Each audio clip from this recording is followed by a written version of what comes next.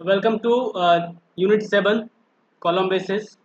This is new unit और इसमें हम लोग आज लेक्चर 1 पढ़ने वाले हैं जिसमें कि types of column bases and their design. तो पहले तो ये देखें कि कॉलम बेसिस क्या हैं, उसके बाद उसके डिज़ाइन पे जाएंगे, उसके टाइप्स को भी देखना है। ठीक है, तो यही हमारा सेशन आउटलाइन है जिसमें आप देख रहे होंगे कि पहले कॉलम बेसिस के बारे में देखेंगे कि ये क्या चीज़ है। और जैसा कि इसका नाम देख पा रहे होंगे, कॉलम कॉलम बेसिस, तो ये कॉलम का बेस है, बेस। ठीक है, जिस पे कॉलम टिका हुआ है, तो उसका डिजाइन भी आपको करना है इन दिस सब्जेक्ट। तो उसकी चर्चा हम लोग करेंगे और उसमें भी हम लोग स्टील प्लेट का डिजाइन करेंगे, ना कि concrete block, concrete slab, foundation का डिजाइन नहीं करेंगे जो उसके नीचे होता है, उसमें उतना ज़्यादा नहीं जाएंगे। उसका बस हम लोग डायमेंशन जरूर डिजाइन करेंगे। ठीक है, तो बेसिकली हम लोग को यहाँ डिजाइन करना है जो बेस प्लेट लगाएंगे वो किस साइज का लगाएंगे, ये ध्यान रखना है। जो कॉलम बेसिस की बात करते हैं, ये दो टाइप का होता है। टाइप्स ऑफ कॉलम में पढ़ेंगे जिसमें स्लैब बेस हो गया और गसेट गसेट बेस हो गया। तो गसेटेड बेस और स्लैब बेस में बस यही फर्क है कि एक में जो है गसेट प्लेट यूज किया जाता है, एक में गसेट प्लेट यूज नहीं किया जाता है। ठीक है, बस आप देखेंगे समझ में आ जाएगा। उसके बाद हम लोग डिजाइन ऑफ स्लैब बेस और कंक्रीट ब्लॉक या स्लैब बोलते हैं, जो जिसके जैसे कंक्रीट ब्लॉक नीचे आएगा, स्लैब ऊपर, उसके बाद ऊपर स्लैब बेस आएगा, एक स्टील का प्लेट आएगा और उसके ऊपर जो कॉलम आता है वो रेस्ट करेगा और उसको फिर हम लोग को कनेक्शन करना होगा। तो कनेक्शन का भी डिजाइन नहीं करना है इसमें, बस हम लोग को साइज बताना है। तो चलिए हम लोग शुरू करते हैं, इंट्रोडक्शन करते हैं क्या है कॉलम बेस। तो जैसा यहाँ फिगर में आप देख पा रहे होंगे, जो इस फिगर में देख रहे हैं, तो ये कॉलम है। कोई आई सेक्शन का एक सेक्शन दिख रहा होगा आपको। ठीक है, और नीचे देखिए, तो ये जो प्लेट दिख रहा है इसी को हम लोग बोल रहे हैं कॉलम बेस बोल रहे हैं। यही हमारा, इसी को डिजाइन करना है। जो ये प्लेट आपको ये दिख रहा है, यही है बेस प्लेट, सॉरी ये बेस प्लेट है। इसी को हम लोग को डिजाइन करना है, इसी का हम लोग को बताना है कि ये कौन सा साइज का होगा, कितने थिकनेस का होगा, वो सब। उसके अलावा हम लोग को ये नॉर्मली यहाँ पे देखिए, यहाँ पे एक दिख रहा है वेल्डिंग किया हुआ है इसके साथ। ठीक है, तो एक प्लेट यहाँ भी लगा हुआ रहता है, कहीं कहीं एंगल ज़्यादातर यूज किया जाता है, क्लिट एंगल उसको बोलते हैं। तो एंगल सेक्शन छोटा छोटा यूज करके हम लोग यहाँ वेल्डिंग कर देंगे या बोल्टिंग कर देंगे, रिवेटिंग कर देंगे, तो वो भी करते हैं ताकि इससे दोनों जुड़ जाए, है ना। तो एक ये भी डिजाइन का पार्ट है, बट इसको हम लोग वैसे नहीं निकालेंगे क्योंकि डिजाइन में जाएंगे तो हम लोग प्लेट का डिजाइन देखेंगे। प्लेट निकल जाएगा और उसके बाद नॉमिनल साइज का कुछ एक एंगल सेक्शन ले लेंगे और उसको हम लोग समझेंगे कि हाँ उसको वेल्डिंग कर रहे हैं, रिवेटिंग कर रहे हैं। ठीक है, उतना डिजाइन करेंगे तो हम लोग बहुत लंबा डिजाइन हो जाएगा। तो बेसिकली हमें इसी के बारे में पढ़ना है कि ये जो कॉलम है इसको कैसे रेस्ट कराना है। तो कॉलम जो भी रेस्ट करेगा उसके लिए कॉलम बेसिस चाहिए, और कॉलम बेसिस के लिए यहाँ पे दो तरह से हम लोग कर सकते हैं, वो देखेंगे। तो यहाँ देखिए, steel columns are normally supported over concrete block. Normally तो कंक्रीट ब्लॉक पे सपोर्ट होता है, राइट। बट क्या इशू होता है कभी कभी कि जो भी लोड्स है, जैसे लोड बढ़ेगा कॉलम पे, तो एक समय के बाद हम लोग को थोड़ा सा जो बेयरिंग प्रेशर है कंक्रीट का, ठीक है, उसका ध्यान रखते हुए, क्योंकि वो कभी कभी सफिशिएंट नहीं होता है, मतलब वो उतना कैरी नहीं कर पाएगा। तो उस केस में जब लोड बहुत ज़्यादा आ जाए, ठीक है, तो हम लोग क्या करेंगे कि वहाँ पे कॉलम बेस का डिजाइन करेंगे। ठीक है, अदरवाइज सपोज कि हम लोग यहाँ नीचे से क्या करें, इसको कंक्रीट बेस में ही इसको हम कॉलम को फिक्स कर दें। ठीक है, तो एक ये भी हो सकता है, बट वो कब होगा जब लोड कम रहेगा।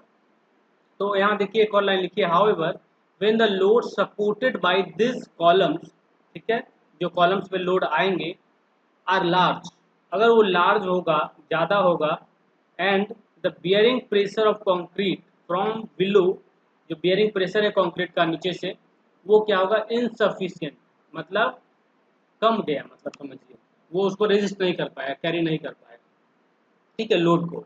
तो क्या हो सकता है कि वो फेल कर जाएगा उस केस में। उस तो उस केस में हम लोग क्या करेंगे कि कॉलम बेसिस का डिजाइन करेंगे। तो एक नॉर्मल प्रैक्टिस है, जब भी हम लोग जब भी कॉलम का डिजाइन करेंगे स्टील कॉलम का, तो एक नॉर्मल प्रैक्टिस है कि हम लोग नीचे में कॉलम बेस जरूर डिजाइन करें ताकि सेफ रहे, है ना। अदरवाइज हम लोग तो ऐसे मान के चलते हैं कि वर्टिकल कॉलम में जो है लोड पूरा कंसेंट्रिक आएगा, वर्टिकल आएगा, तो कोई भी यहाँ पे सेंट्रिसिटी नहीं है, इतना तो एज्यूम करके ही चलते हैं। बट बहुत सारी चीज़ें फैक्टर है, सेंट्रिसिटी मान लीजिए, थोड़ा बहुत प्रैक्टिकल सिचुएशन में हो ही जाता है ना, ये बात तो समझ में आ रहा होगा। तो हम लोग एक सेफ्टी लेके चलना है, ठीक है। इसीलिए हम लोग क्या करते हैं, जो डिज़ाइन है उससे भी थोड़ा सा ज़्यादा इन प्रैक्टिकल उससे भी ज़्यादा थोड़ा करके छोड़ देते हैं, ताकि फैक्टर ऑफ सेफ्टी जो है आपका रहे।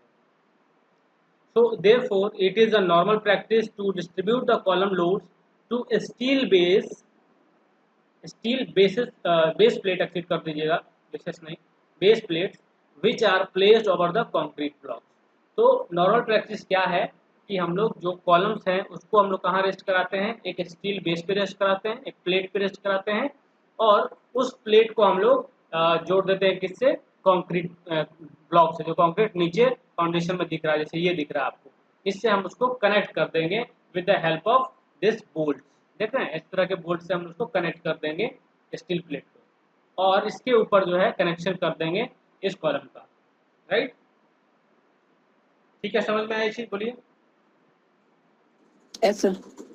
है ना, इसमें कुछ ज़्यादा कुछ ऐसा नहीं है। कुछ मानिए 1-2 नंबर का आएगा, अगर कॉलम बेसिस का डेफिनेशन लिख दीजिए, शॉर्ट नोट अगर आ जाए तो बस आपको दिखा देना है। फिगर चाहेंगे फिगर बना सकते हैं, बहुत सारे फिगर भी दिखेंगे आगे। तो उसके बाद अगर बात करें टाइप्स ऑफ कॉलम्स की, तो यहाँ पे हम लोगों को 2 तरह के कॉलम बेसिस हैं। टाइप्स ऑफ कॉलम बेसिस की बात करेंगे तो 2 तरह के हमारे पास कॉलम बेसिस हैं। एक है स्लैब बेसिस बोलते हैं उसको, और एक बोलते हैं गसेटेड बेस। स्लैब बेस और गसेटेड बेस बोलते हैं। पहला देखिए, it is used for columns carrying a small load. तो जो स्मॉल लोड्स कैरी करता है उसके लिए हम लोग स्लैब बेस का यूज करते हैं, ठीक है। और ये आपको नॉर्मल प्रैक्टिस में बहुत दिखेगा। जब भी मैं जैसे आपको बता रहा हूँ कॉलम बेस, जो स्टील का ज़्यादातर यूज देखना है आपको, तो जाइए किसी भी रेलवे स्टेशन पे जाके देख लीजिएगा, आपको प्रैक्टिकल चीज़ें दिख जाएगी वहाँ पे कैसे यूज किया गया है। बहुत लोगों ने देखा भी होगा। तो वहाँ पे क्या होता है, आई सेक्शन को मतलब रेस्ट किया गया है, नीचे बेस प्लेट लगा हुआ है, उसके नीचे फाउंडेशन करा गया है, आपने जरूर देखा होगा। तो वही सीन है। It consist of a base plate and cleat angles. तो जब भी कॉलम को हम नीचे बेस प्लेट पे रेस्ट कराएंगे, तो इसको जोड़ने के लिए हम लोग यहाँ पे क्या करते हैं, एंगल सेक्शन का यूज कर लेते हैं, और इसको रिवेट कर देंगे, बोल्ट कर देंगे या वेल्डिंग कर देंगे, ताकि क्या हो, वो रेस्ट कर सके, उसको पकड़ के रखे, होल्ड करके रखे। तो ये भी हमारा एक ये रहता है कि बेस प्लेट के साथ क्लिट एंगल्स आएगा ही आएगा। तो हम लोग को डिजाइन में एक्चुअली यही करना है कि बेस प्लेट किस शेप साइज का होगा, प्लस इसका क्या थिकनेस होगा, वो डिजाइन करना है, पूरे डायमेंशन डिजाइन कर लेना है। राइट, और क्लिट एंगल जो है ये नॉमिनल, अपना वो एक नॉमिनल यूज कर लेंगे कि हाँ 2 क्लिट एंगल यूज कर लेते हैं, मतलब दोनों फेस पे यूज कर लेंगे। जैसे कॉलम का दोनों साइड है तो इधर भी यूज कर लेंगे, इधर भी यूज कर लेंगे, ताकि दोनों तरफ से हो जाए, या चारों तरफ से यूज कर सकते हैं आप, है ना। तो ये क्लिट एंगल्स का हम लोग एक एक्स्ट्रा हम लोग ऐसे प्रोविजन दे देंगे कि हाँ 2 क्लिट एंगल लगा रहे हैं और वेल्डिंग कर रहे हैं या रिवेटिंग कर रहे हैं, इतना कह देना डिजाइन में, और ज़्यादा कुछ उसमें नहीं करना। The column and is connected by welding और बाय रिवेटेड एंगल्स, ठीक है। वेल्डिंग करके या रिवेट करके एंगल्स को हम लोग यूज करेंगे, जिससे कि आपको बेस प्लेट और कॉलम्स का जो एंड है उसको जोड़ा जाएगा। No gusset plates are used, मतलब इसमें कोई गसेट प्लेट यूज नहीं किया जाता है ना। जो कॉलम्स है, ठीक है, जो आपका उसकी उसी के वेब, जैसे कि हम आई सेक्शन कॉलम की बात कर लें, अगर आई सेक्शन की हम लोग बात करें तो हम लोग कहाँ प्रोवाइड करेंगे, जो क्लिट एंगल की हम लोग बात करें एंगल सेक्शन को, यहाँ पे हम लोग एंगल लगा देंगे, यहाँ पे हम लोग एंगल लगा देंगे, ठीक है, इस तरह से। अगर मान लीजिए हम लोग को जब गसेट प्लेट का यूज करना होगा, तो गसेट प्लेट का क्या है कि उसके लिए हम लोग को, जैसे मान लीजिए एक पूरा प्लेट यूज करना पड़ेगा, गसेट प्लेट एक अलग आपको एडिशनल कॉस्ट लेके आएगा, जैसे इस तरह से पूरा लगाना पड़ेगा, है ना, बेस प्लेट के साथ, और पूरा इसमें आपको रिवेटिंग अच्छे से करना पड़ेगा, पूरा अच्छे से यहाँ रिवेटिंग होगा, जो भी फ्लैंक्स में उसका हम लोग को पूरा अच्छे से रिवेट करना होगा, गसेट प्लेट लगाना होगा। तो एडिशनल वहाँ पे एक मटेरियल आपको चाहिए, ठीक है, जो बेस प्लेट के अलावा वहाँ पे गसेट प्लेट चाहिए। लेकिन बेस प्लेट स्लिप बेस में हम लोग क्या करते हैं, कुछ नहीं, सिंपली बेस प्लेट और क्लिट एंगल्स जो है उससे हम लोग ऐड कर लेते हैं उसको, बस कॉलम के साथ।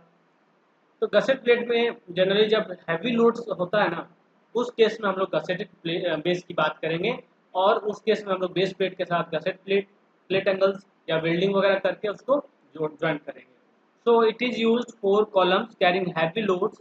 It consist of base plate gusset plates और प्लेट एंगल्स, ठीक है। The column and is connected by welding और रिवेटेड एंगल। तो दोनों में फर्क आपको बस इतना ही है कि गसेट प्लेट्स एक्स्ट्रा हम लोग यूज कर रहे हैं गसेटेड बेस में, और इसमें जो है कनेक्शन का ज़्यादा रोल आ जाएगा। इसमें बहुत ज़्यादा आपको रिवेटिंग या वेल्डिंग का प्रोविजन देना पड़ेगा और उसको फिर डिजाइन करना पड़ेगा कि कैसे लगाना है, अरेंज करना है। इसमें हम लोग उतना बात नहीं करते हैं, यहाँ पे तो सिंपली हम लोग एक प्लेट एंगल लगा रहे हैं, उसको हम लोग रिवेट से जोड़ दे रहे हैं या वेल्डिंग कर दे रहे हैं, तो वो तो नॉर्मली ऐसे भी डिजाइन हो जाएगा, है ना। चलिए, the base plate is anchor to foundation और concrete block with anchor bolt, ठीक है। तो जो भी बेस प्लेट है उसको आप लोग क्या करेंगे, फिर कंक्रीट जो नीचे फाउंडेशन है या उसको कंक्रीट स्लैब बोलते हैं, कंक्रीट ब्लॉक बोलते हैं, उससे ज्वाइंट करना होगा। तो उसमें एंकर बोल्ट्स लगा होता है, ठीक है। उसके बोल्ट से हम लोग क्या करेंगे, उस बेस प्लेट को कनेक्ट कर देंगे, ठीक है। क्लियर है ये दोनों एग्जाम्पल, दोनों टाइप्स क्लियर हो गया आप लोगों को? बोलिए, कोई डाउट? Yes sir. सिंपल है, इसमें ज़्यादा कुछ नहीं है। बट आपको एक चीज़ और जो इम्पोर्टेंट मैं बताने जा रहा हूँ अभी जो आएगा, वो काफ़ी इम्पोर्टेंट है कि आपको इसका जो क्रॉस सेक्शन है ये सब आपको समझ में आना चाहिए, इस तरह से आप बना पाए एग्जाम वगैरह में, ठीक है। तो जैसे यहाँ देखिए, ये स्लैब बेस का एक जो स्केच दिख रहा होगा आपको यहाँ पे, ठीक है। इसमें देखिए जो भी ये है आपका, ऊपर से ये कॉलम दिख रहा होगा, आई सेक्शन का एक कॉलम इस पे रेस्ट कर रहा है, ठीक है। ये जो है नीचे ये फाउंडेशन है, सीमेंट कंक्रीट का बेस है, राइट। इसी को हम लोग कंक्रीट ब्लॉक बोल रहे हैं, कंक्रीट ब्लॉक। इसका डिजाइन हम लोग यहाँ नहीं देख रहे हैं, आरसीसी में जाइएगा इसका भी डिजाइन पड़ेगा। अब देखिए, तो ये आई सेक्शन नीचे रेस्ट किया, लेकिन इसको ऐड करने के लिए हमें क्या चाहिए, तो ये कॉलम बेस का अरेंजमेंट करना पड़ेगा। तो यहाँ पे देखिए, ये जो पोर्शन दिख रहा है ये वाला, ये देखिए बेस प्लेट है, दिस वन। इसी को आपको डिजाइन करना है कि कितना इसका लेंथ रखेंगे, कितना इसका विड्थ रखेंगे, कितना इसका ये थिकनेस रखेंगे, ये आपको बताना पड़ेगा। उसके अलावा ये भी बताना होगा जो कंक्रीट ब्लॉक है इसका क्या साइज रहेगा, ये भी आपको बताना पड़ेगा। L into B into D, इसका भी एडजस्ट कर देते हैं, एल बी और टी इसका बताना पड़ेगा, बाकी इसका भी बताना पड़ेगा। उसके अलावा यहाँ तो नॉर्मल प्रैक्टिस होगा कि हम लोगों को इसको होल्डिंग डाउन बोल्ट, और इसको रैक बोल्ट बोलते हैं, एंकर बोल्ट भी कभी कभी इसको बोला जाता है। तो इससे हम लोग क्या करेंगे, इसको जो स्टील का जो बेस प्लेट यूज करेंगे उसको कनेक्ट करेंगे। देख रहे हैं सबको ऐड किया गया है इससे नीचे से कंक्रीट फाउंडेशन में। बोल्ट का एक हेड चला जाएगा, एक एंड चला जाएगा और दूसरा एंड ऊपर रहेगा जिसमें कस सकते हैं, ऊपर से इसको बोल्ट लगा के नट लगा के उसको कस देंगे। चारों तरफ में आपको ये दिख रहा होगा, चारों कोने पे लगा हुआ दिख रहा होगा। उसके अलावा ये बेस प्लेट के जब आप लगाएंगे तो ये रेस्ट आए, कॉलम इस पे आके रेस्ट करेगा। कॉलम जब इस पे आएगा तो कॉलम को और इससे कनेक्ट करने के लिए हम लोग क्लीट एंगल का यूज कर रहे हैं। तो देखिए यहाँ पे क्लीट एंगल जो है, इसका नाम है जो एंगल ही सेक्शन है। क्लीट एंगल मतलब छोटा सा एंगल है। इसको हम लोग दो जगह पे लगा सकते हैं, एक है वेब पे लगा सकते हैं और एक लगा सकते हैं फ्लेंज पे। तो जहाँ वेब पे करेंगे उसको वेब प्लेट एंगल बोल रहे हैं, जहाँ फ्लेंज पे करें फ्लेंज प्लेट एंगल बोल रहे हैं। और उसी को हम लोग नीचे से देखिए, दो रिवेट नीचे लग गया, दो रिवेट ऊपर लग गया, फिर यहाँ देखिए दो रिवेट इधर लग गया फ्लेंज में, दो को नीचे लग गया। इसी तरह से चारों तरफ से इसको कर दिया गया है, ज्वाइंट कर दिया गया है। तो ये फिगर आपको ध्यान में आ जाना चाहिए जब भी आपको स्लैब बेस पूछा जाए। तो अगर आप ये बना पाएंगे एग्जाम में तो बहुत बढ़िया है, ये पूरा एकदम सेल्फ एक्सप्लेन कर देगा चीज़ों को। अगर जो एग्जामिनर देखेंगे वो कहेंगे हाँ बहुत बहुत बढ़िया, चलिए समझ है। अगर आपने इसको अच्छे से समझ लिया है, इसको बना देंगे तो ये स्लैब बेस सेल्फ आपको दिख जाएगा, हाँ इसी तरह का स्लैब बेस होता है। क्लियर है ये चीज़? Yes sir. समझ में आ गया? यस तो सर। स्लैब बेस में जो है बेसिकली क्या पार्ट्स होते हैं, बोलिए बताइए एक आदमी। कंक्रीट ब्लॉक रहेगा, बेस प्लेट रहेगा और क्लीट एंगल। हाँ क्लीट एंगल, बस कॉलम्स उस पर आ रहा है, ठीक है। तो बेस प्लेट में बेसिकली जो भी डिजाइन करना है, जब भी मैं बोल रहा हूँ डिजाइन डिजाइन, तो यहाँ पे जो डिजाइन करिएगा वहाँ पे आपको क्या फाइंड करना है, तो वो है size, size of base plate, जो स्टील प्लेट यूज करेंगे उसका। उसके बाद और डिजाइन करने के लिए पूछा जा सकता है कभी कभी क्वेश्चन में, तो साइज ऑफ कंक्रीट ब्लॉक भी पूछा जा सकता है। ठीक है, ये पूछा जा सकता है। लेकिन जब आप आरसीसी पढ़िएगा, ठीक है, जब फाइनल लास्ट सेमेस्टर में, तो आपको इसमें भी डिजाइन करना होगा, इस कॉलम के बेस का नीचे का फाउंडेशन का, उसमें कैसे हम लोग स्टील बार्स लगाएंगे, वो सब भी पढ़िए। ठीक है, तो चलिए आगे बढ़ते हैं और देखते हैं और आगे दूसरा टाइप देखते हैं, उसका क्रॉस सेक्शन देखते हैं, सेक्शनल व्यू देखते हैं किस तरह से दिखता होगा। ठीक है, चलिए अब ये देखिए, वही यही है, स्लैब बेस ही है, इसका जो है सारा व्यू दिख रहा होगा आपको, front view, side view, top view, देख पा रहे हैं। तो सेम चीज़ें हैं, नीचे देख लीजिए, यहाँ पे सीमेंट कंक्रीट बेस नीचे दिख रहा होगा। ठीक है, यहाँ पे एक बेस प्लेट जो अपने हमने डिजाइन किया वो लगाए हैं। ऊपर से देख लीजिए, यहाँ पे जो बोल्ट है दिख रहा है, रैक बोल्ट यहाँ लगा हुआ है। उसके बाद ये जो है आपका, जो ऊपर से प्लेट आ रहा है या जो कॉलम आ रहा है वो है। ठीक है, उसके अलावा जो कनेक्शन किया हुआ है साइड साइड में चारों तरफ से, एक यहाँ एंगल, एक यहाँ एंगल, एक यहाँ एंगल, और एक यहाँ चारों तरफ से किया हुआ है। तो ये आपको अगर व्यूज बनाने हैं, इसको जरूर आप डॉस लैब में स्केच में बनाएंगे। ठीक है, ये एक टास्क रहेगा, हम असाइन कर देंगे आप लोगों को।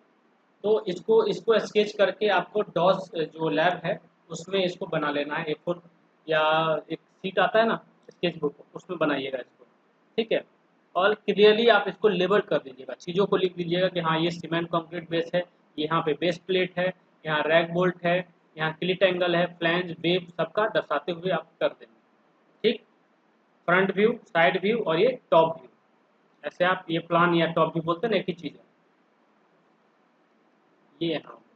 तो इस तरह से आप फिगर बना सकते हैं, और पिछला जो फिगर था उसको भी जरूर ड्रॉ कर लीजिएगा ताकि क्लियर हो। क्योंकि अगर ये ड्राइंग क्लियर है, ड्राइंग अगर आपको समझ में आता है तो डिजाइन आसान हो जाएगा। ओके, हो जाएगा,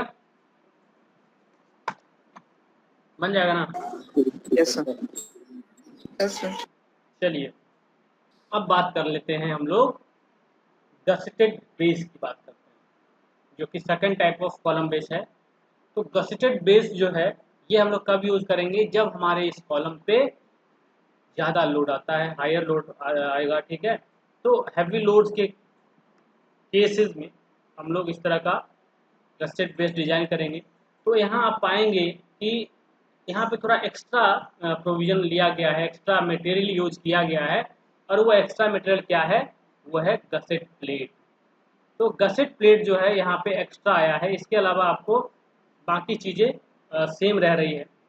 तो गसेट प्लेट जैसे ही हमने यूज किया है तो हम लोग को थोड़ा सा यहाँ बढ़ गया कनेक्शन करने का, है ना, कनेक्शन करने का हमारा कॉस्ट बढ़ जाएगा। और हालांकि यहाँ लोड ज़्यादा आ रहा है इसलिए ये करना ज़रूरी है। तो बाकी चीज़ें तो सेम है, सीमेंट कंक्रीट बेस नीचे रहना है, उसके ऊपर आपको एक बेस प्लेट आएगा। ठीक है, जो नीचे में ये वाला दिख रहा है ये बेस प्लेट। उसके अलावा जो होल्डिंग डाउन बोल्ट है, रैक बोल्ट है, वो सब तो यहाँ चारों कोने पे आपको दिख ही जाएंगे, उधर भी दिख रहा होगा। उसके बाद जैसे ये कॉलम आया है, इस पे रेस्ट किया इस बेस प्लेट पे, तो हम लोग एक क्लिट एंगल फ्लैंज पे तो लगाएंगे, जो फ्लैंज आप सॉरी ये वेब पे तो लगाएंगे, वेब क्लिट तो आप सीधा लगा दीजिएगा, इसमें कोई चेंज नहीं हो रहा है। ठीक है, वेब क्लिट एंगल तो अच्छे लग रहा है। लेकिन जो फ्लैंज है, फ्लैंज साइड में हम लोग क्या करते हैं, वहाँ पे एक गसेट प्लेट यूज कर लेते हैं। ठीक है, इस तरह से हम लोग गसेट प्लेट एक यूज कर लेंगे।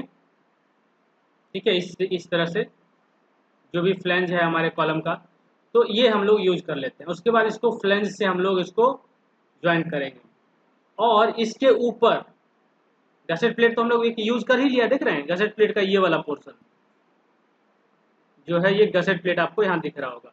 अब इसके अलावा हम अलग से यहाँ पे क्लिट एंगल लगा रहे हैं, इसको गसेट एंगल भी बोला जा रहा है ना, क्योंकि थोड़ा सा जो गसेट प्लेट है उसी के शेप साइज पे डिपेंड करेगा। और यहाँ पे हम लोग क्या करेंगे, एक यहाँ पे एंगल सेक्शन लेके आएंगे, फिर सबको जोड़ना पड़ेगा। तो समझिए इतना ज़्यादा आपको काम बढ़ गया इस केस में। बट यही है कि डिजाइन कर देने से हमारा लोड जो होगा, हैवी लोड्स को भी ये कैरी कर लेगा। ठीक है, हमारा जो कॉलम है अच्छे से इस लोड को, जो इस पे लोड आने वाला उसको ट्रांसफर करेगा बेस प्लेट को, और बेस प्लेट फिर ट्रांसफर करेगा नीचे, नीचे से फिर सॉइल सब सॉइल में चला जाएगा, फाउंडेशन में चला जाएगा। ठीक है, तो ये यहाँ पे हम लोग सिंपली आप समझिए कि गसेट प्लेट एक्स्ट्रा ऐड कर रहे हैं। ठीक है, जिससे कि हमारा जो लोड कैरी करने की कैपेसिटी बढ़ गया हमारे कॉलम बेस का, है ना। तो ये समझिए कि आपका स्लैब बेस से ज़्यादा स्ट्रांग हो जाएगा। समझ में आया ये चीज़? बोलिए, कोई डाउट है? नो, समझ गए।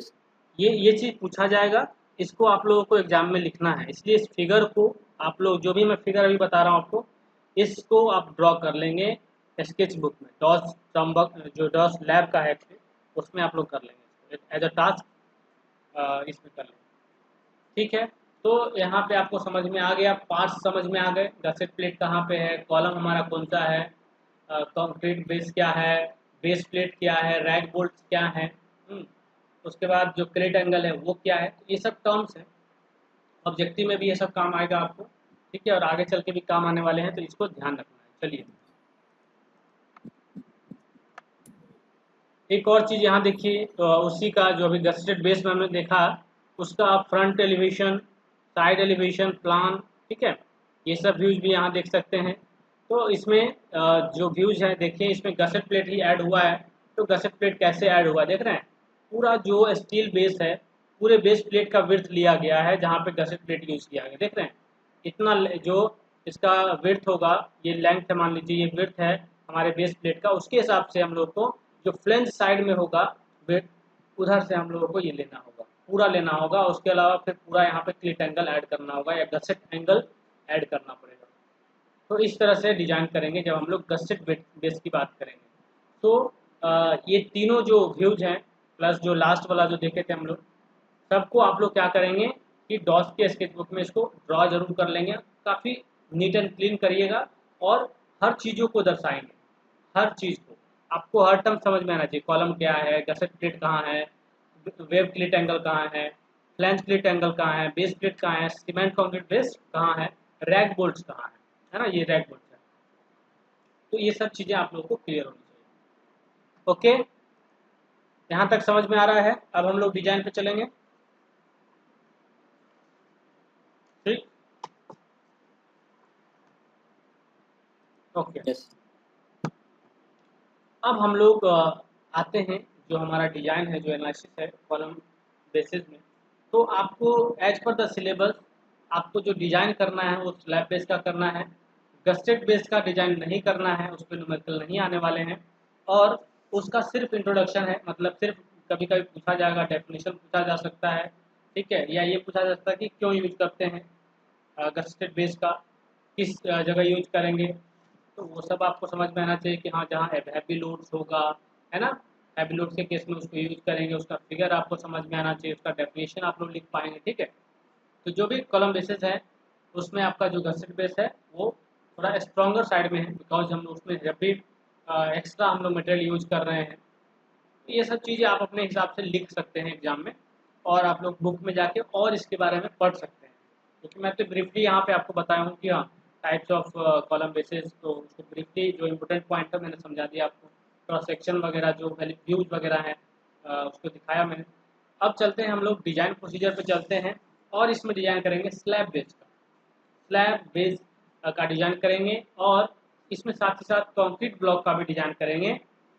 तो हमारे पास इसमें जो डिजाइन करने में हमें क्या आएगा, तो जैसे ये कॉलम ऊपर से मान लीजिए आ रहा है, ठीक है, समझिए कॉलम जो है, तो यहाँ पे हमारा ये हो गया बेस प्लेट, ठीक, और इसके नीचे हमारा होगा कंक्रीट ब्लॉक। तो हम लोगों को यहाँ पे दो बातें बतानी है, एक तो बतानी है कि साइज ऑफ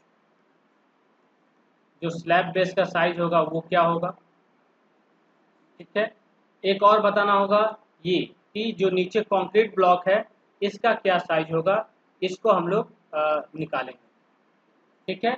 इस पे आपको लोड जो आएगा वो दिया रहेगा, राइट। उसके अलावा जो बियरिंग स्ट्रेंथ है कंक्रीट का वो दिया रहेगा, सिग्मा सी दिया रहेगा, ठीक। इसके अलावा आपको एक और चीज दिया रहेगा, वो है सॉइल का बियरिंग कैपेसिटी, वो भी लिख लीजिएगा, बियरिंग कैपेसिटी ऑफ सॉइल, ये भी लिख लीजिएगा कि ये भी आपको दिया रहेगा। जो सॉइल नीचे है, क्योंकि इसके नीचे जो है मतलब सॉइल है, ठीक है, तो जो सॉइल है उसका क्या बियरिंग कैपेसिटी, हालांकि ये पूरा फाउंडेशन है नीचे, इसके नीचे पूरा फाउंडेशन आ गया, लेकिन ये सॉइल पे ही तो रेस्ट करेगा। जो लोड ट्रांसफर हो रहा है इसके थ्रू नीचे आ रहा है, बेस प्लेट के थ्रू, कंक्रीट ब्लॉक के थ्रू, ये कहाँ जा रहा है, सॉइल में जा रहा है। तो नीचे जो सॉइल है इसके बेयरिंग कैपेसिटी पे भी हमारा जो साइज वगैरह है, इसका थिकनेस है, वो डिपेंड करेगा। ठीक है, ये डिजाइन में ये डिपेंड करेगा कि उसका क्या साइज होगा, इसके बेयरिंग कैपेसिटी पे डिपेंड करेगा। अगर लो होगा तो इस हिसाब से आपको बढ़ाना पड़ेगा, ये देखिएगा वो बढ़ ही जाएगा, रिक्वायर्ड एरिया बढ़ जाएगा। तो इसीलिए ये इम्पोर्टेंट है। तो चलिए हम लोग वन बाय वन देखते हैं, स्टेप वाइज क्या है, कैसे करेंगे। ठीक है, तो सबसे पहला स्टेप जो हमारे पास है, सबसे फर्स्ट स्टेप, जब भी आपको क्वेश्चन आए सबसे पहला काम क्या करना है कि उसका गिवन डेटा जो भी होगा वो लिख लेंगे। गिवन डेटा जो है हमेशा आपको लोड पता रहेगा, कॉलम पे कहाँ पे लोड रहेगा बताइए। कॉलम समझ में आ रहा है कौन सा लोड रहेगा? जो कॉलम डिजाइन आप लोग कर रहे थे अभी कंप्रेशन मेंबर में, तो कॉलम पे जो लोड आ रहा है उसकी बात हम लोग करेंगे। ठीक, तो कॉलम में जो लोड आ रहा है वो पी लेंगे। ठीक, तो कॉलम का लोड ले लिया हमने, उसके बाद जो बियरिंग स्ट्रेंथ ऑफ कंक्रीट दिया होगा वो ले लेंगे। अदरवाइज ये आपको M25 के लिए एज्यूम कर सकते हैं कि 4 न्यूटन पर mm स्क्वायर होता है, जैसा कि यहाँ लिखा हुआ है।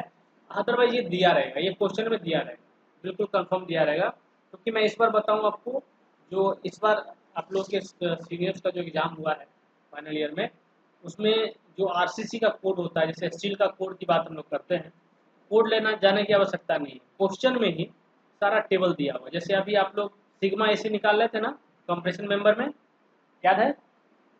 तो उसको निकालने के लिए जो टेबल है ना, वो टेबल आपको क्वेश्चन में प्रिंट करके मिल जाएगा। तो इसलिए कोड ले जाने की आवश्यकता नहीं, सब कुछ क्वेश्चन में दिया रहता है, हर डेटा आपको दे देगा, जो एज्यूम करने की चीज़ें हैं। ठीक है, वो दे देगा। अदरवाइज वो आप पे प्रैक्टिस पर डिपेंड करता है कि कुछ चीज़ें अगर नहीं दी है तो उसको अपने हिसाब से आप एज्यूम कर सकते हैं। ठीक है, ये आपके ऊपर है कि कितना पढ़ाई करें, कितना आपने उस पर मेहनत किया है। चलिए, तो सबसे फर्स्ट स्टेप हमारा है calculation of required area of base plate. ये जो बेस प्लेट है, ठीक है, इस बेस प्लेट का रिक्वायर्ड एरिया निकालने के लिए हम लोग क्या करते हैं कि जो लोड आ रहा है, ठीक है, जो एक्चुअली इस पे लोड आ रहा है कॉलम पे, उसी लोड को ले लेते हैं, दैट इज पी। और उसके बाद इसको लेने के बाद नीचे जो सपोर्ट मिलेगा कंक्रीट से, है ना, ये वाला कंक्रीट का जो बियरिंग स्ट्रेंथ है। बियरिंग स्ट्रेंथ मतलब क्या होता है? बियर करना मतलब क्या हो, इसको सहने की बात हो रही है, सपोर्ट करने की बात कर रहे हैं। तो जो कंक्रीट का जो यहाँ ब्लॉक है उसका बियरिंग स्ट्रेंथ हम कंक्रीट का बोल रहे हैं सिग्मा सी। तो सिग्मा सी से उसको डिवाइड कर देना, पी अपॉन सिग्मा सी कर देना। तो पी क्या है? लोड है। तो लोड बराबर क्या होता है बोलिए, क्या लिख सकते हैं हम लोग? स्ट्रेस इनटू एरिया लिख सकते हैं, यस सर। है ना। तो यही फॉर्मूला है। यहाँ पे स्ट्रेस को हम लोग सिग्मा AC पुट कर दे रहे हैं, बियरिंग स्ट्रेंथ को कंक्रीट पुट कर दे रहे हैं, लोड को हम लोग P पुट कर दे रहे हैं, और क्रॉस सेक्शन एरिया को हम लोग AG कह दे रहे हैं, ये प्लेट का, बेस प्लेट का, उसी से ये फॉर्मूला बन गया। तो चलिए इसी के हिसाब से अगर हम देखें तो आप पाएंगे कि जो हमारा रिक्वायर्ड एरिया है of base plate, required AG is equal to, हमने लिखा P अपॉन सिग्मा C। और P तो आपको क्वेश्चन में दिया रहेगा, सिग्मा C अगर नहीं दिया रहता है, दिया भी रहेगा, ऐसा भी है, तो हम लोग मान सकते हैं सिग्मा C इज 4 न्यूटन पर mm square for M15 grade of concrete. Concrete grade याद है सबको? बोलिए।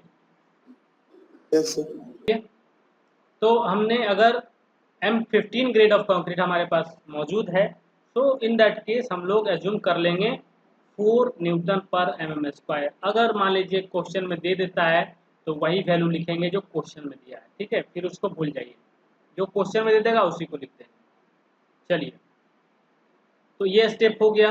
अब हम लोग चलते हैं नेक्स्ट स्टेप में, और वहाँ देखते हैं कि और क्या चीज़ें हम लोग को निकालनी है। तो सेकंड अब आता है, जैसे बेस प्लेट आपने कहा कि इस तरह का बेस प्लेट हमने डिजाइन किया है, कोई भी होगा, लेंथ होगा, इधर विड्थ होगा, है ना, कुछ इसका थिकनेस होगा। तो सबसे पहले हम लोग क्या करेंगे, shape and size of base plate design करेंगे सेकेंड स्टेप में। तो जो बेस प्लेट का एरिया रिक्वायर्ड आपने निकाला है, ठीक है, एरिया रिक्वायर्ड तो निकाल लिया, एरिया रिक्वायर्ड अभी आपने निकाला। तो जो एरिया आया है उसके हिसाब से हम लोगों को चूज करना है कि बेस प्लेट का एरिया उस तरह का होना चाहिए, उस तरह का हमको डायमेंशन एल और बी देना होगा। तो यहाँ पे जनरली हम लोग क्या करते हैं, एक स्क्वायर बेस प्लेट डिजाइन करते हैं। ओके, कैसा डिजाइन करेंगे बोलिए। Square base plate. हाँ, तो स्क्वायर बेस प्लेट डिजाइन करेंगे। तो क्या करेंगे, फॉर्मूला लगा के बताइए।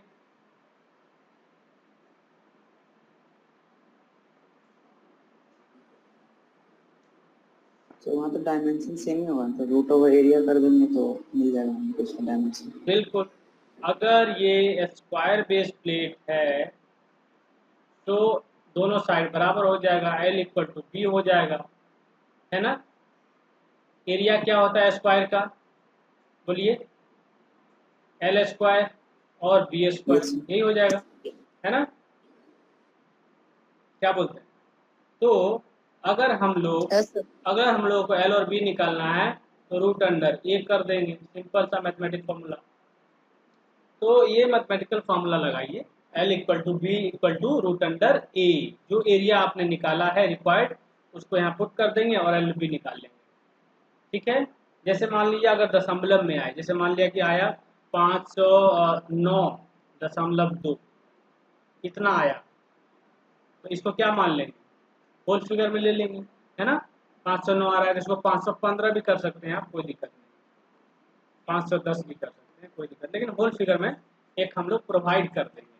तो जो एरिया ये निकला है तो एक्चुअल आया, इसको हम लोग को थोड़ा सा बढ़ा के या एक सम फिगर में हम लोग प्रोवाइड करेंगे, ताकि जो काम करने वाला जो जो साइड पे वर्क करेगा, काटेगा सीट को, वो अपना हिसाब से उसका साइज वगैरह ले ले। पॉइंट में लीजिएगा तो उसको नापने में, मेजर करने में दिक्कत होगा, उसको छोड़ ही देगा इसमें। तो इसलिए एक होल फिगर लेके हम लोग हाँ बोल देंगे कि इस तरह से प्रोवाइड कर देंगे। तो जो प्रोवाइड कीजिएगा उसको हम लोग बोलेंगे एरिया प्रोवाइडेड, एरिया प्रोवाइडेड। तो वो एरिया कैसे निकलेगा, जब आप इसको मल्टीप्लाई करेंगे दोनों को, है ना, दो बार इसको स्क्वायर कर देंगे सीधा, 510 लिया है तो 510 इंटू 510, ये एरिया प्रोवाइडेड हो गया। ये बात समझ में है। एरिया रिक्वायर्ड से आपने लेंथ और ब्रेथ निकाल लिया, लेंथ और ब्रेथ निकालते ही हम लोग उसको राउंड ऑफ फिगर में ले लेंगे, ठीक है। एक सम वैल्यू ले लेंगे, इवन वैल्यू ले लेंगे और उसको फिर क्या करेंगे, एरिया प्रोवाइडेड निकाल लेंगे यहीं पे। तो एरिया प्रोवाइडेड आप जो निकालिएगा, तो जो एक्चुअली प्रोवाइड किया उसको एल इंटू बी कर देना है, निकल गया। क्लियर है, हो जाएगा। चलिए अब आते हैं, हम लोग आगे बढ़ते हैं, एक न्यूमेरिकल करेंगे, ये सब क्लियर हो जाएगा, तो कुछ है ही नहीं, बहुत आसान है। अब आते हैं हम लोग प्रोजेक्शन की बात करेंगे, projection of base plate beyond the overall dimensions of the column A and B. दो टर्म आते आता है ए एंड बी। अब ये क्या है, कैसे पता चलेगा, तो एक फिगर यहाँ बनाना पड़ेगा, उसके हिसाब से आपको पता चलेगा। तो एक फिगर हम लोग बनाते हैं इस तरह से, ये हमारा समझिए क्या है, ये base plate, this is base plate. Base plate के ऊपर क्या आता है, बोलिए, क्या आता है बेस प्लेट के ऊपर, कॉलम है। कॉलम आएगा, इस तरह से उसका फ्लैंज आएगा, है ना। तो ये कॉलम आया है, फ्लैंज आया है। तो वेयर ए इज, तो ए एक्चुअली यहाँ पे है क्या, bigger projection of base plate beyond column. तो ये जो है बिगर प्रोजेक्शन है। तो अब मुझे बताइए कि जब भी हम आई सेक्शन की बात करते हैं तो आई सेक्शन में कौन सा साइड बड़ा होता है, उसका डेप्थ बड़ा होता है या विड्थ बड़ा होता है, बोलिए। विड्थ। विड्थ बड़ा होता है, सर लेंथ। डेप्थ उसका बड़ा रहता है ना। नॉर्मली ये वाला पार्ट जो है बड़ा रहता है। तो यहाँ पे बात करेंगे तो ये जो है स्मॉल प्रोजेक्शन हो जाएगा, ठीक। इसको हम बोलेंगे बी, इसको हम बोल रहे हैं बी, ठीक है, ये बी पोर्शन हो गया। उसके बाद देखिए, ये ऐसा कर लीजिए, इसको मान लीजिए इस तरह से मान लेते हैं, ये वाला जो प्रोजेक्शन होगा ये बी से थोड़ा बड़ा होगा और इसको बोलेंगे हम लोग ए। क्लियर हुआ ये बात? कंफ्यूज नहीं यस करेंगे, सर। ठीक। उसके बाद देखिए, हालांकि ये दोनों चीज बराबर है ना, ये एल हो या बी हो, एल बराबर बी है ना, इधर भी आपका ये जो है बी हो या एल हो, ये दोनों बराबर, कोई एक वैल्यू उठा लीजिए। तो अब हम लोगों को प्रोजेक्शन निकालना है, तो सोचिए हम कैसे प्रोजेक्शन निकालेंगे, कौन बताएंगे? मान लिया कि ये जो हाइट है इसका वो है एच, एच मान लेते हैं, ये क्या है, हाइट ऑफ आई सेक्शन। तो प्रोजेक्शन कैसे निकलेगा बोलिए तो? सर बी में मतलब बड़ा वाला बी में सर 2b घटा देंगे तो सर ओवरऑल निकल जाएगा जो बचा है सर, ठीक उसके है, बाद बाय 2 कर देंगे। हाँ ठीक है। एक और चीज मान लेते हैं, जो फ्लैंज का विड्थ है उसको हम लोग बी स्मॉल एफ से डिनोट कर देते हैं, ठीक। ये हो गया फ्लैंज का विड्थ। तो बताइए क्या करें, कैसे लिखेंगे बोलिए? बी ए बराबर क्या लिखेंगे वो बता दीजिए हमको, और बी बराबर क्या लिखेंगे वो बता दीजिए।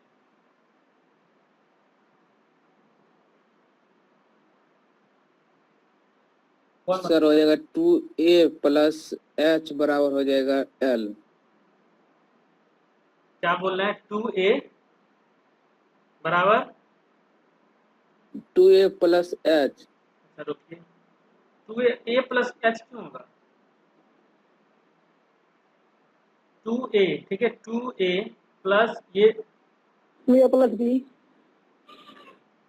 बी एफ, फ्लैंज का विड्थ, जी जी सर, ठीक है, बराबर l। बराबर एल। चलो ए बराबर क्या हो जाएगा,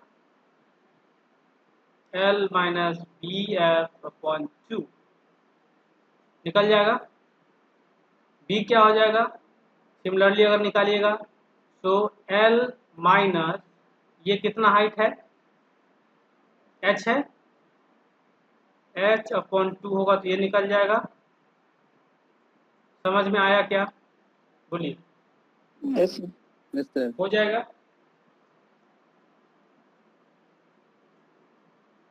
सबसे हो जाएगा, जल्दी बोलो। Yes sir. बहुत, अगर स्टील स्ट्रक्चर में कुछ भी आसान है तो ये सबसे आसान चीज़ है, जो अभी बता रहे हैं आपको, ये सबसे आसान, बहुत छोटा है, आसान है और तुरंत बन जाएगा, प्लस अच्छा मार्क्स आपको मिल जाएगा तुरंत। कितना अच्छा यूनिट है। ए आपका ऐसे निकल जाएगा, बी आपका इस तरह से निकल जाएगा। तो ए और बी हमें दो ही चीज़ चाहिए था स्टेप थर्ड में। ये निकलने के बाद अब हम लोग चलेंगे आगे, ठीक। अब हम लोग आगे चलेंगे। यहाँ पे एल पता है आपको क्या है, बाकी जो भी यहाँ पे नोटेशन किए गए सब आपको पता होने चाहिए। चलिए नंबर 4 स्टेप, चौथा स्टेप में हम लोग क्या निकालेंगे, that is the actual pressure intensity on the base plate. Base plate पे जो एक्चुअल प्रेशर आएगा वो हम लोग निकालेंगे इस स्टेप में।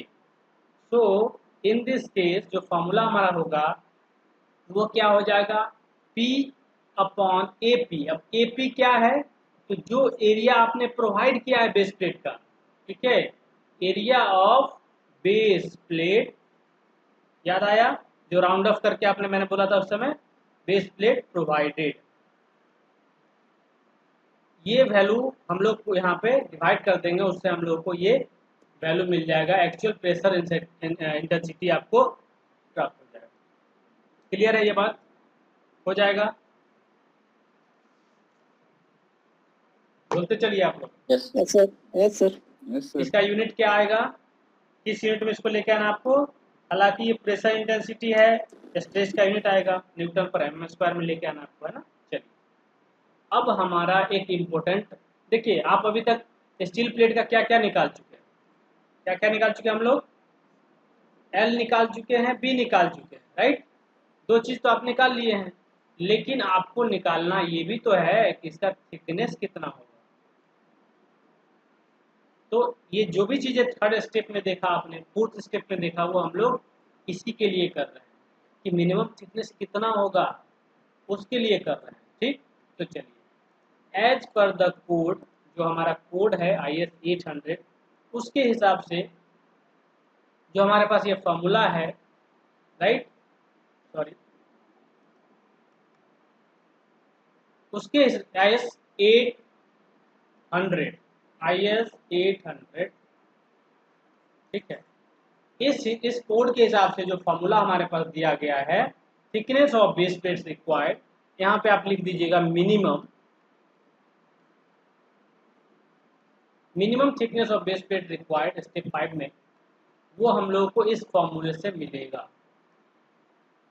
T is equal to root under 3W small w, या इसको क्या बोलते हैं, ओमेगा बोलते हैं क्या, बोलिए। Yes sir. ठीक है, यस सर। ठीक है। So this upon sigma BS। अब यहाँ पे सिग्मा BS एक नया चीज आया है, लेकिन ये दिया हुआ रहेगा, where sigma BS is permissible bending stress in the slab base। ठीक है, जो स्टील बेस आपने यूज किया है उसका परमिसिबल बेंडिंग स्ट्रेस है सिग्मा BS, और ये आपको दिया रहेगा, नहीं दिया रहेगा तो आप सिंपली इसको sigma BS is equal to 185 mega pascal ले सकते हैं, राइट। ये हम लोग वैल्यू यहाँ से चूज करें। ए क्या है बताइए, प्रोजेक्शन जो आपने निकाला था, लार्जर प्रोजेक्शन, स्मॉलर प्रोजेक्शन जो बी है, ये दोनों वैल्यू आपने अभी निकाला है, A square minus B square upon 4, ये फॉर्मूले में पुट करेंगे। जो थिकनेस आएगा उस थिकनेस को हम लोग राउंड ऑफ फिगर में उससे थोड़ा सा बढ़ा के लेंगे, लेकिन बिल्कुल नीचे नहीं जाएंगे, बिकॉज मिनिमम इतना आपको रखना है। क्लियर है। जैसे मान लीजिए अगर आपको यह 15.7 mm, क्या लेंगे इसको हम लोग एक राउंड फिगर में ले लेंगे 16 mm, है ना, समझ में आया चीज। Yes sir. ठीक है, तो ये बात हम लोग कर लेंगे जब कम से कम उसको राउंड अप फिगर जरूर कर लेंगे, तो इससे हम लोग को टी निकल जाएगा। लेकिन ये किस केस की हम बात कर रहे हैं, जब हमारा सेक्शन, जैसे कि अभी जो नॉर्मली जो जनरल सेक्शन है उसकी बात करें, यहाँ पे एक्सेप्ट एक और चीज है कि अगर हमारा कॉलम सर्कुलर साइज का हो, सर्कुलर क्रॉस सेक्शन का होगा, उस केस में आपको ये फॉर्मूला नहीं लगेगा, क्योंकि जैसे अगर सर्कुलर हो जाएगा तो ए और बी आपको समझ में वहां नहीं आएगा, थोड़ा ए और बी आपको लगेगा बराबर हो गया, तो थिकनेस तो 0 हो जाएगा। समझ में आ रहा है।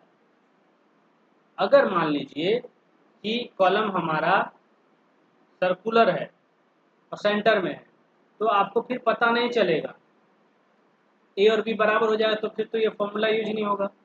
तो इस फॉर्मूले का यूज आप लोग वहां नहीं करेंगे जहां पे जो कॉलम्स है उसका क्रॉस सेक्शन सर्कुलर होगा, वहां पे ये यूज नहीं हो पाएगा। चलिए यहाँ तक ठीक है। जैसे ही हम लोग को ये चीजें निकल गया, ठीक है, तो हम बोल देंगे कि हमारा एल बी और टी तीनों निकल गया, तो हम बोल देंगे कि एल बी और टी हम ये प्रोवाइड कर रहे हैं। तो एक डिजाइन आपका यहाँ हो गया कि स्लैब बेस हमको क्लियर हो गया, स्लैब बेस का जो डिजाइन है जो आपने कर लिया, बेस प्लेट का डिजाइन आपने कर लिया, ठीक है। L B T, L into B into T, ये mm में लिख देंगे कि hence providing this base plate. उसके बाद एक और चीज यहाँ ध्यान रखना होगा आप लोगों को, एक बात और कहना होगा कि ऑल्सो प्रोवाइडिंग, जैसे पहले लिख देंगे कि आप providing L into B into T, ठीक है, एज बेस प्लेट, ये तो कह दिया हमने। इसके साथ ही आपको ये भी कहना है कि ऑल्सो प्रोवाइडिंग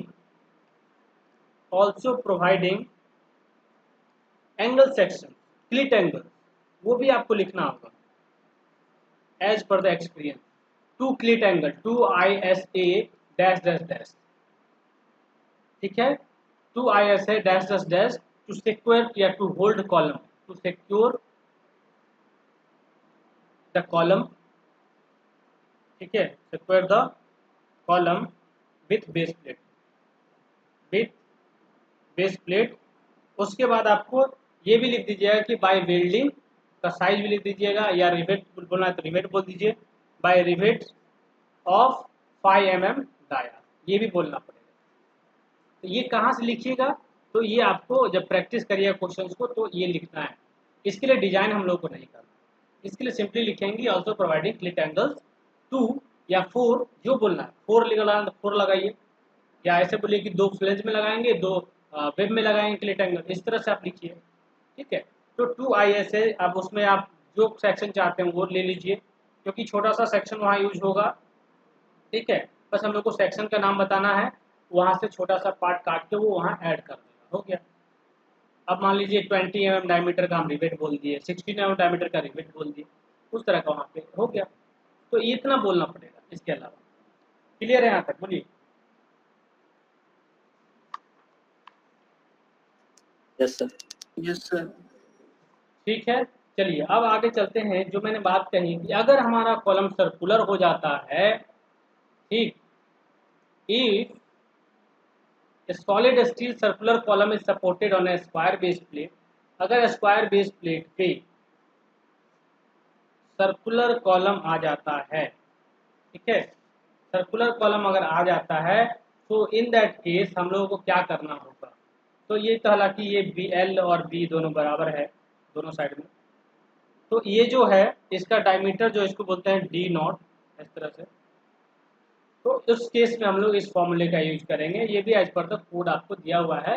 तो T = 10 √90 इंटू डब्ल्यू, डब्ल्यू यहाँ पे टोटल एक्सियल लोड जो कॉलम पे आ रहा है वो हो गया। बी आपका जो साइज है वो रहता है length of the side of the base plate in mm, वो पुट कर देंगे। DO जो है, सॉरी D0 जो ये बोल रहे हैं, ठीक है, इसको हम लोग D0 को बोलेंगे क्या, डायमीटर ऑफ कॉलम, जो कि सर्कुलर सॉलिड सर्कुलर कॉलम की बात हम लोग कर रहे हैं, उसको घटा देंगे। बट इसका ज़्यादा आपको यूज नहीं होगा अभी, क्या है कि जो क्वेश्चन जो भी आएंगे वो सब आपको आई सेक्शन और जो सर्कुलर सॉलिड कॉलम तो नहीं आएगा जनरली, तो इसलिए वो जो पिछला वाला फॉर्मूला वो काफ़ी इंपॉर्टेंट है, उसको तो ज़रूर याद रखिएगा। तो ये फॉर्मूला हम लोग जब सर्कुलर कॉलम होगा उसके इसमें यूज करेंगे। एंड यहाँ पे जो भी चीज़ें हैं आपको दिख रहा होगा, डब्ल्यू आपको ये हो गया, बी आपको क्लियर हो गया, D0 क्लियर हो गया, और सिग्मा BS वही सेम जो पिछली बार हम लोग लिखा कि परमिसिबल बेंडिंग स्ट्रेस, ठीक है, इन बेस प्लेट 185 वो पुट कर दीजिएगा, और इसको हम लोग इस फॉर्मूले से T निकाल सकते हैं। उसके अलावा also L is equal to B, ठीक है, and it should not be less than equal to 1.5 into D0 plus 75 mm। जो L और B है ये तो बराबर ही है, ये जो है ये छोटा नहीं होना चाहिए, मतलब इससे छोटा नहीं होना चाहिए, 1.5 D0 प्लस 75 mm, इतना mm से ये छोटा नहीं होना चाहिए। अगर छोटा होता है तो फिर आपको रिवाइज करना पड़ेगा। क्लियर है यहाँ तक, बोलिए। Yes sir. ठीक है, this is Yes, sir. Kind of special case, special case समझिए। चलिए अब हम लोग आते हैं जो हमारा लास्ट स्टेप है, that is design of column block. Column नहीं, इसको कंक्रीट कर लीजिए, इसको कॉलम मत कीजिए, डिजाइन ऑफ कंक्रीट ब्लॉक और स्लैब। तो ये कौन सा पार्ट हो गया, तो एक तो हमारा बेस प्लेट हमने डिजाइन कर लिया है, लेकिन नीचे में अब हम लोग यहाँ पे कंक्रीट भी लगा रहे हैं, ठीक है। तो इसका हम लोग डिजाइन करना है कि ये क्या होगा, इसका साइज क्या होगा, वो सिंपली आपको निकाल के देना है। तो सपोज कि इस तरह का हमारा नीचे यहाँ बेस प्लेट दिख रहा है, ठीक, और यहाँ पे L' और B' हमको निकालना है, और इसका डेप्थ भी निकालना पड़ेगा, कितना उसका डेप्थ देंगे ये वाला, ये डेप्थ भी आपको निकालना होगा। चलिए, तो गिवन डेटा इस केसेस में हमारा क्या हो गया, LP पता है हम लोग को, P जो है टू लोड ऑन कॉलम तो पता ही है, सिग्मा जो हो गया सिग्मा सॉइल, ये हो गया safe bearing capacity of soil, ये दिया रहेगा। सबसे पहला काम यहाँ क्या करेंगे इस स्टेप में, total load on concrete slab निकालेंगे। तो कंक्रीट स्लैब में जो लोड निकालेंगे, ठीक है, उसमें हम लोग क्या करेंगे कि जो लोड है कॉलम पे जो आ रहा है उसको तो जोड़ेंगे ही, 10% जो है हम लोग क्या करेंगे उसका एक्स्ट्रा ले लेंगे, ठीक है।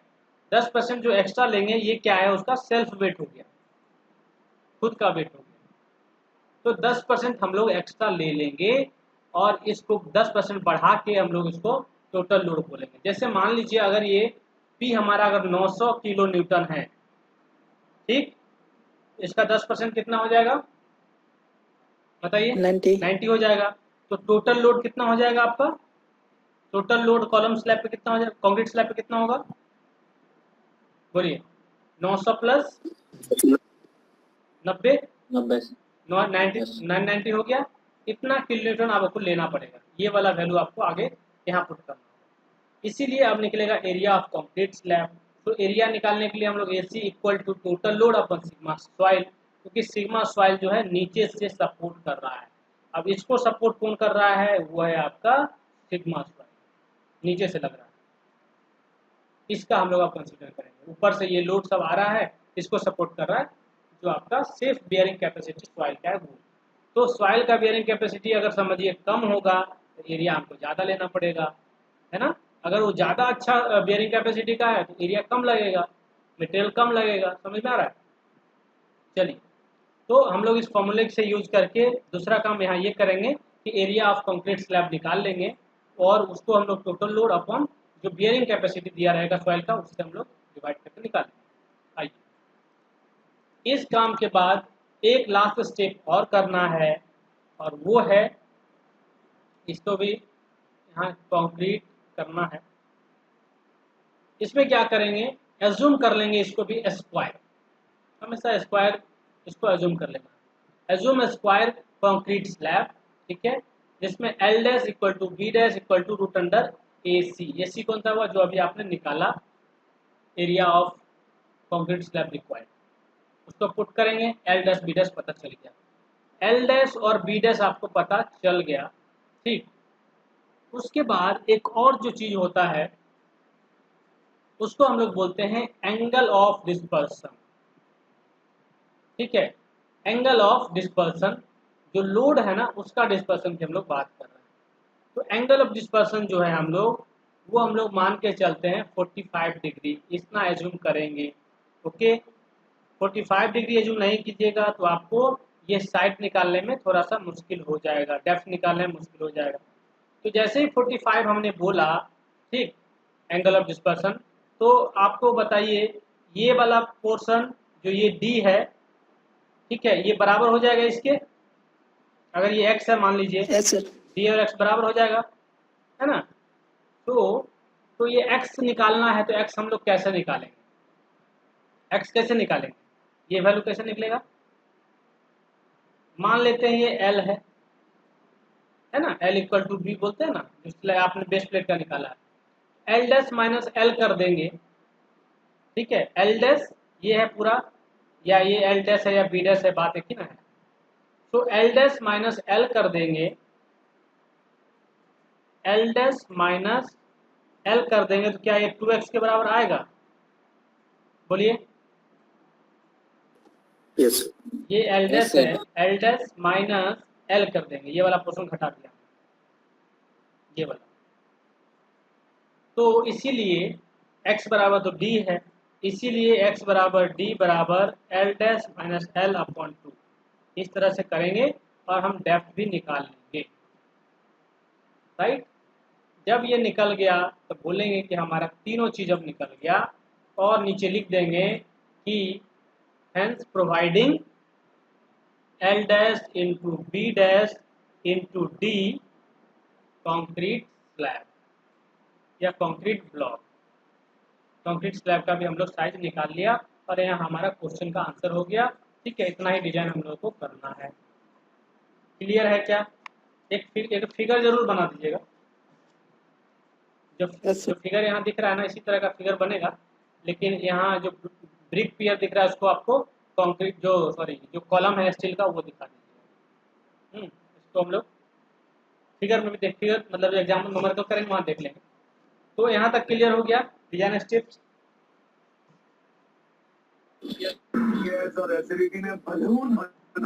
Okay yes sir. चलिए, तो क्या एक न्यूमेरिकल किया जाए? बोलिए, रेडी हैं? Yes sir. चलिए, इस क्वेश्चन को अब हम लोग बनाते हैं। इस क्वेश्चन में क्या कह रहा है पहले वो देखते हैं, उसके बाद इस क्वेश्चन को करते हैं। सबसे पहले देखिए क्वेश्चन क्या क्या रहा है। यहाँ हम लोग लिखते हैं। सबसे पहले गिवन डेटा हम लोग लिखेंगे कि गिवन डेटा हमारे पास क्या है। तो बताइए क्या कह रहा है, design a slab base. What is slab base? तो ये कॉलम बेस का ही टाइप है। For a column carrying N axial load of 800 kilo Newton, 800 kilo Newton का लोड कैरी कर रहा है। तो एक चीज हमको यहीं से मिल गया कि P जो है वो कितना है, 800 किलो न्यूटन है। 800 into 10⁻³ Newton. The column is ISMB 300 at the rate 576.8 Newton per meter, having flange width of 200 mm. तो जो ISMB है वो एक आई सेक्शन है, आई सेक्शन बीम है। तो इसका हाइट हमको पता चल गया यहाँ से कि H कितना होगा इसका, 300 mm। इसका जो विड्थ ऑफ फ्लैंज है, फ्लैंज का विड्थ जो हो गया वो 200 mm। समझ में आ रहा होगा आप लोगों को? इस तरह का कोई सेक्शन समझिए है, ठीक है। और किसी चीज़ की जरूरत है नहीं आपको यहाँ पे। तो ये हाइट पता चल गया है और ये विड्थ पता चल गया हम लोग को फ्लैंज का। उसके बाद कहा जा रहा है कि जो बियरिंग कैपेसिटी ऑफ सॉइल है वो भी दिया हुआ है। ये जो है 220 kilo newton metre square. Okay, उसके बाद हम लोग को permissible stress in compression in concrete, मतलब जो बियरिंग स्ट्रेंथ की बात करते हैं कंक्रीट का, वो भी हम लोगों को यहाँ पे दिया हुआ है। तो सिग्मा सी कितना दिया है, लिख लीजिए 2500 किलो न्यूटन पर मीटर स्क्वायर। जरा इसको चेंज करके बताइए, न्यूटन पर mm स्क्वायर में क्या होगा?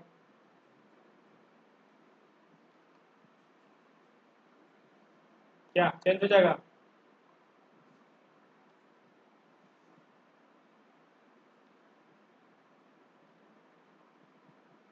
बताइए। सर 2.5 न्यूटन पर mm बस। 2.5 यस 2.5 न्यूटन पर mm स्क्वायर। इसका बताइए। 0.22 मीटर पर स्क्वायर। ये आपका आ रहा है कितना, 0.22 न्यूटन पर mm स्क्वायर, ठीक है। तो ये सारी वैल्यू आपको पता है। सबसे पहला काम हम लोगों को क्या करना है बताइए, स्टेप 1 क्या था? Area required area. तो निकालिए जरा रिक्वायर्ड एरिया कितना होगा। ए बराबर required area of base plate और स्लैब बेस। तो ए बराबर हो जाएगा P upon sigma C. P कितना है बोलिए? 800। 800 किलोमीटर। थोड़ा इसको बदल लेते हैं। सिग्मा सी हो गया आपका 2.5 आपने कहा है। चलिए कितना आएगा? Sir 320 kilo Newton. Kilo Newton, sorry mm square. Area तो बहुत ज्यादा आ गया। कितना है? Sir 320 divided by 3 mm square. कितना बोलिए? हम फिर से बोलिए। 320 into 10 to the power 3 mm square. 3 mm square. इतना आया क्या? 0 और 1 होगा सर, 320 इंटू 10⁻³ सर। ठीक है, 320 इंटू 10⁻³ mm², ये आया होगा, है ना? क्लियर है? बोलिए। Yes sir. तो इतना एरिया हम लोग को चाहिए, सोचिए, मतलब समझिए कितना बड़ा एरिया चाहिए, कितना मीटर का चाहिए। तब अब हम लोग क्या करेंगे, स्टेप 2 में जाएंगे, ठीक है, क्योंकि जो हमारा एरिया है वो निकल के आ गया 320 इंटू 10⁻³ mm² में आया है। इसको हम लोग सपोज करते हैं जो हमारा बेस प्लेट है वो square, L equal to B कर देना है। चलिए तो स्टेप 2 में आते हैं हम लोग, कितना लिख लिए हैं आप लोग? Yes sir. ठीक है, मिटाते हैं। तो स्टेप 2 में हम लोग क्या करते हैं, सपोज या एज्यूम लिखिए, assume square shape of base plate. तो यहाँ कह देंगे कि L is equal to B, ठीक है, L इक्वल टू बी मान लेते हैं। तो L equal to B root under A, कितना है ए बताइए जरा, 320 इंटू 10⁻³ कितना mm में आएगा बोलिए? So 565.68 mm. 565 5.68 mm. 68 mm, है ना? ये आया आपको L equal to B equal to ये आया। तो इसको जो है आपको थोड़ा सा राउंड फिगर में ले सकते हैं, 570 भी ले सकते हैं, 580 भी ले सकते हैं, 590 भी ले सकते हैं। और अच्छे से अगर राउंड फिगर में जाना चाहते हैं आप, इसको ज़्यादा एज्यूम करना है, कम नहीं करिए, जो रिक्वायर्ड है उससे ज़्यादा हमको लेना है हर बार। सो एक कैलकुलेशन ईज के लिए हम लोग क्या करते हैं, ठीक है, एक यहाँ पे हम लोग प्रोवाइड करते हैं, ठीक है, लिखेंगे प्रोवाइडिंग, कितना ले लें, 600 ले लीजिए सर, 570, जो जिसको भी जो लेना है ले सकते हैं। Providing L equal to B equal to 600 है, इसमें कोई बुराई नहीं, इसमें कोई गलती नहीं, कोई गलत चीज़ नहीं है, आप इसमें ज़्यादा बढ़ा के ले सकते हैं, राइट। ये डिजाइन का तरीका है, इसमें आप लोग ज़्यादा बढ़ा के ले सकते हैं। अब 600 mm का रहेगा, कितने आसानी से प्रैक्टिकली जो भी इसको मेजर करेगा 600 mm में है, उसको सेंटीमीटर मीटर में बदल लीजिए, उसको उतना मीटर 0.6 मीटर हो गया एक तरह से, है ना? उस तरह से मेजर करेगा और इससे जो सीट है, जो प्लेट है, निकल जाएगा। तो हमने यहाँ प्रोवाइड कर रहा है L equal to B equal to 600 mm ने प्रोवाइड कर दिया। इसके बाद हमारा स्टेप थर्ड क्या कहता है तो बताइए, स्टेप थर्ड में हमारा क्या काम होगा, किसको पता है? सर ए और बी निकालना है, ए और बी निकालना है। स्मॉल ए, ठीक, और बी निकालना है आप लोगों को, और L पता है 600 mm हो गया, बी भी उतना ही हो गया। तो जो हमारा नेक्स्ट स्टेप है, थर्ड स्टेप है, निकालिए जरा।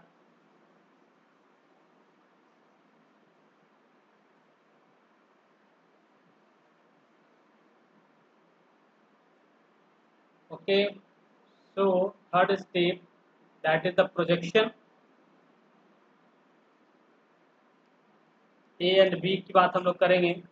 तो ए हो जाएगा, जब ए की बात करेंगे तो हम लोग इधर की बात करेंगे, 600 माइनस ये कितना है, ये वाला 200 है सर। ठीक है, तो 600 माइनस कितना आएगा, ये 200 ही आएगा ना। Yes sir. बी कितना हो जाएगा, 600 ही है, माइनस जो एच है ये वाला, एच घटाइए यहाँ पे, तो 600 माइनस 300 अपॉन 2 कितना हो जाएगा, ये 150 सर। 150 निकल गया। स्टेप फोर्थ हमारा क्या कहता है बोलिए, डेंसिटी। ये डेंसिटी नहीं है, इंटेंसिटी इंटेंसिटी ऑफ प्रेशर, जो W की बात कर रही है, इसमें ओमेगा की बात कर रहे हैं, ठीक है। ये निकालने के लिए हम लोग क्या करेंगे, कितना हो जाएगा ऑन द बेस सर इसको प्लेट, P/P करेंगे sir. On the base plate P upon AP। AP कितना है, एरिया प्रोवाइडेड हमने क्या लिया था 600 इंटू 600, याद आया, कर लीजिए Yes, कर लीजिए इसको पुट। ए पी हमारा हो गया 800, नीचे लिखिए 600 इंटू 600, कितना आएगा 2.22 2.22। न्यूटन पर आंसर। ठीक है। 2.22 आपका निकल के आ गया, ये जो है ना 2.22 आ गया। तो हालांकि हमें ए निकल गया, बी निकल गया और ये भी निकल गया है, ठीक है। दिस इज 2.22 न्यूटन पर mm स्क्वायर आ गया। क्या हम लोग मिनिमम थिकनेस निकाल सकते हैं बेस प्लेट का, बोलिए। Yes sir. Yes sir. तो चलिए हम लोग अगले स्टेप में चलते हैं। जो नेक्स्ट स्टेप हमारा है, स्टेप नंबर 4 है या 5 है, 5 सर। ठीक है। तो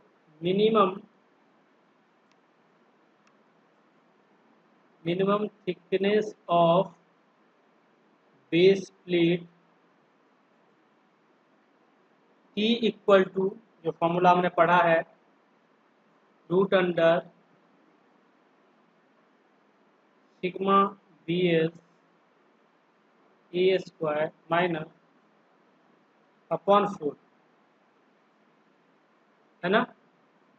सिग्मा बी एस जो है अगर नहीं भी दिया है तो इसको हम लोग एज्यूम कर लेंगे, ठीक है। चलिए अब बताइए, टी में पुट करके देख लीजिए, 3 इंटू 2.22 है ना 185। ए आपने कितना निकाला है 200, बी आपने निकाला है 150, डिवाइड बाई 4 कितना आएगा 35.178 35.178, 8 ठीक है।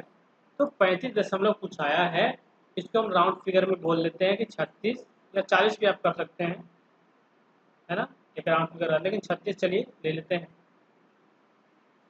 तो हमारा थिकनेस भी अब निकल गया। तो जैसे ही थिकनेस निकला है हम कह सकते हैं, यहाँ पे एक दो लाइन हम लोग को लिखना पड़ेगा, हैंस प्रोवाइडिंग बेस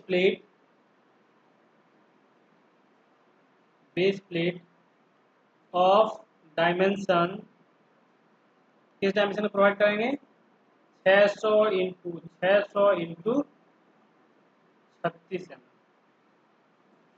ये एक आंसर हो गया, मतलब एक यहाँ तक हमको स्टेप में एक चीज हम लोग निकाल ली, एक डिजाइन हम लोग हो गया। मिनिमम थिकनेस इतना प्रोवाइड कर दिया, ओके। मिनिमम से आपको नीचे नहीं जाना, ये ध्यान रखना। उसके बाद एक चीज यहाँ पे और लिख दीजिएगा कि ऑल्सो प्रोवाइडिंग,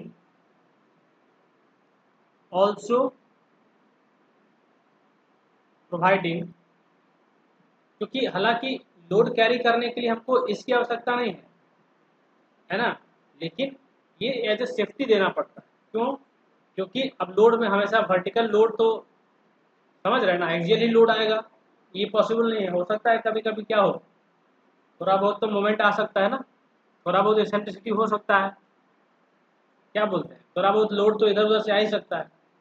तो बहुत सारी चीज़ें हैं, बहुत सारा फैक्टर हो जाता है फील्ड में, इसीलिए एज अ सेफ्टी आप क्या करेंगे कि एक एक्स्ट्रा प्रोविजन हम लोग प्रोवाइड करेंगे, स्प्लिट एंगल्स लगाएंगे, प्रोवाइडिंग स्प्लिट एंगल्स, ठीक है। 2 एंगल प्रोवाइड करा देते हैं दो साइड में, two ISA 100 into 100 into 10 mm का आप कोई भी डायमेंशन चूज कर सकते हैं अपने हिसाब से, इक्वल ही चूज कीजिएगा, ज़्यादा बेहतर रहेगा।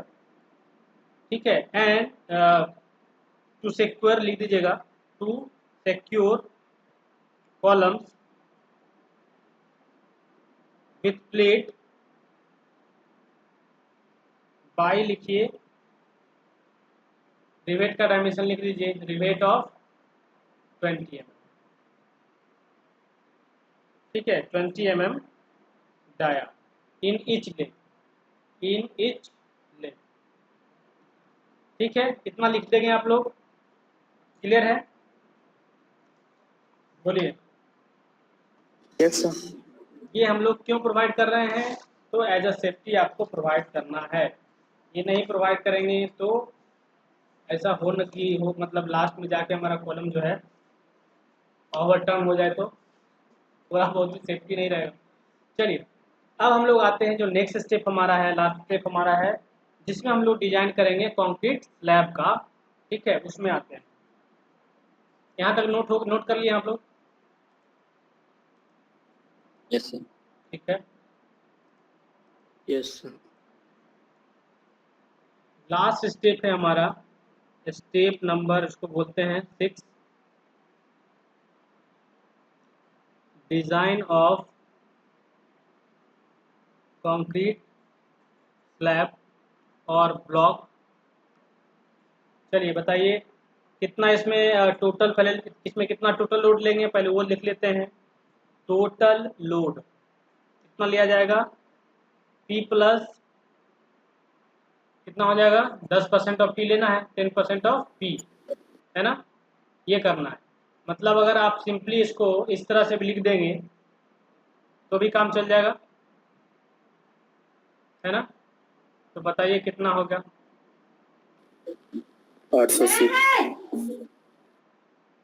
तो 880 किलो न्यूटन आ गया। उसके बाद एरिया निकाल लेते हैं कंक्रीट स्लैब का कितना होगा। तो total load that is the 880 upon sigma soil. ये आपको पता है क्या? 880 अपॉन ये कितना दिया हुआ है, बोलिए? 0.22 न्यूटन पर mm स्क्वायर। ठीक है, तो इसको जरा बदल लीजिए, इसको जरा बदल लीजिए। ठीक, कितना आ जाएगा?